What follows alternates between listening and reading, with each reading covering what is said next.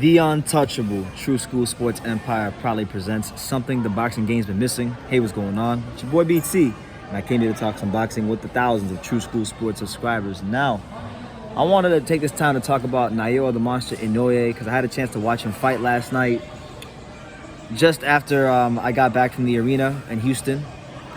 And he had a dominant performance against Michael Dasmarinas. It was really, truly a star-making performance from Inoue. And I was really happy for him because this is a guy that we've covered a lot here on True School Sports over the years. I mean, you can go back to the archives. You can go find videos of me talking about the Monster in 2016.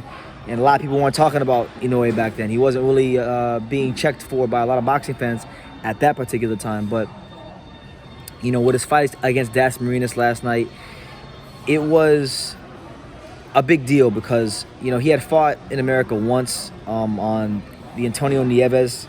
He fought Antonio Nieves on HBO. Looked good in that fight, but that was a long time ago. He came into this fight with more momentum because he had fought Jason Maloney, had a statement performance in that fight. And before that, he had fought Nonito Donaire in the fight of the year. So Top Rank did a great job, I think, of really promoting the Monster and hyping him up and getting people excited about him. And he delivered on the hype because he fought Dasmarinas, who's no pushover, who's no slouch, who's no bum. Got him out of there in 3 rounds. Dasmarinas is a guy that I'm sure can give a lot of guys in the top 10 good fights.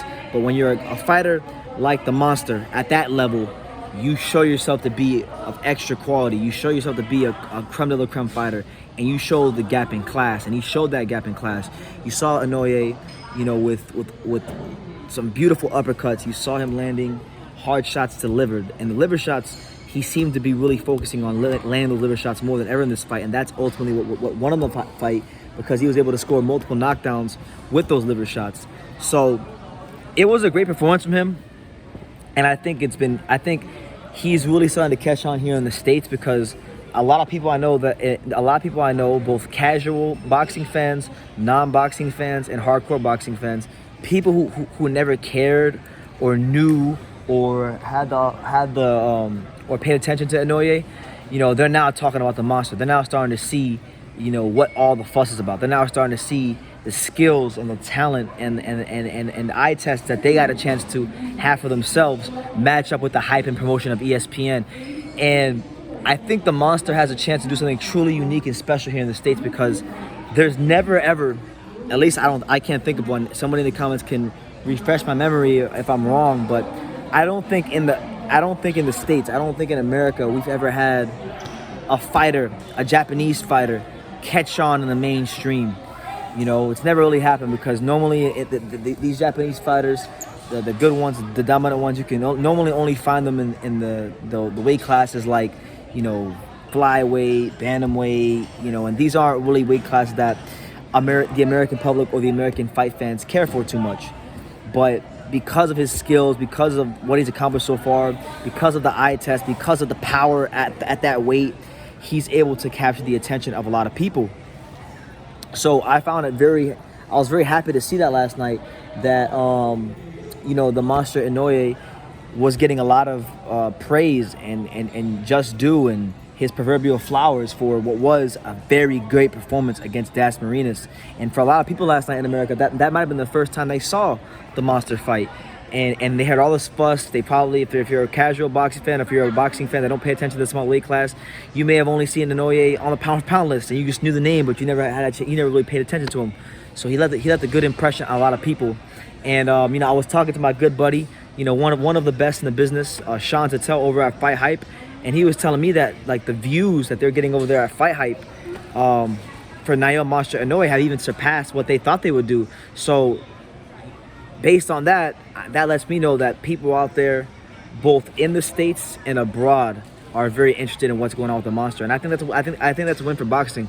I think boxing could benefit so greatly from having a Japanese star really catch on here in America because in your markets, particularly like LA and San Francisco, New York City, places that have large Asian, Japanese communities, I really believe that there is an untapped market that this guy can reach, an audience that this guy can reach.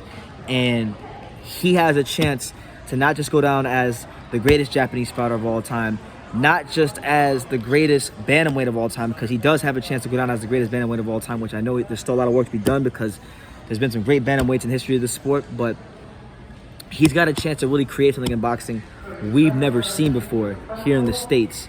And I'm looking very forward to that. And obviously there's a lot of good fights out there for him. You know, he could fight the winner of Donaire versus Casemiro, which whoever wins that fight, that's going to be a fight worth watching, because Donaire is coming off a big win against Ubali. He's champion again, and a lot of people would love to see that rematch.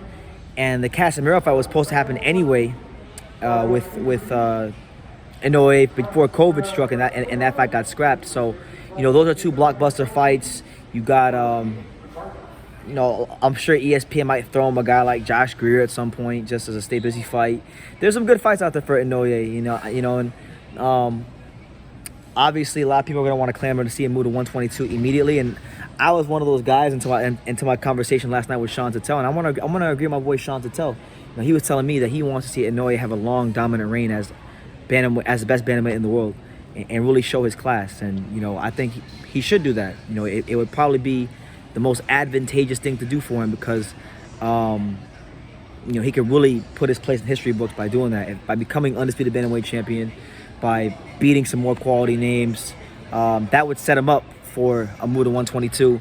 And then maybe he goes up there and he fights guys like Stephen Fulton or Brandon Figueroa, or, you know, a friend of the channel, Angelo Leo. You know, a lot of good fights out there for Inoue at 122. But I think right now, focus on 118 and focus on creating something special here in the States, because I really think Inoue is one of the fighters from abroad that is starting to gain some traction here in the States, and that's very difficult to do.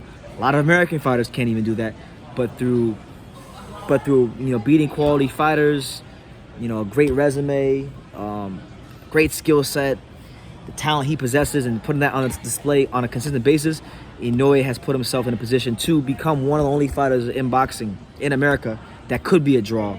And that's what it is. I'll have more on Inoue later on this week, but I just wanted to get my thoughts on the Dasmarinas fights, the performance, and just the after effects of it all here in the States. So yeah, leave your comments down below. Make sure you guys take the time to subscribe. And like I say in every single one of these videos, you can love me or you can hate me, but I'm just Gift from Daniel. So until next time, take care, guys.